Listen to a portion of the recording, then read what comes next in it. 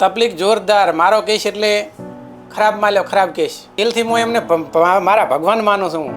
આજ કાયમી માટે કે આ વિપુલભાઈ આ એટલી બધી સેવા ના કે બીજા ડૉક્ટરો આવી સેવા ના કરે. ઠાકોર રમેશજી ભારાજી, ગામ મીઠા. ને મને ભગંદર થયાને 5 મહિના થઈ ગયા.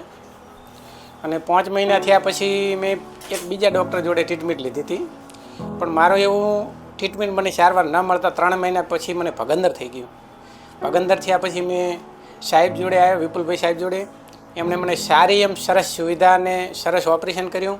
અને મને પણ મટ્યું ખરું. મને થોડા દિવસોમાં રિકવર પણ થઈ ગયું.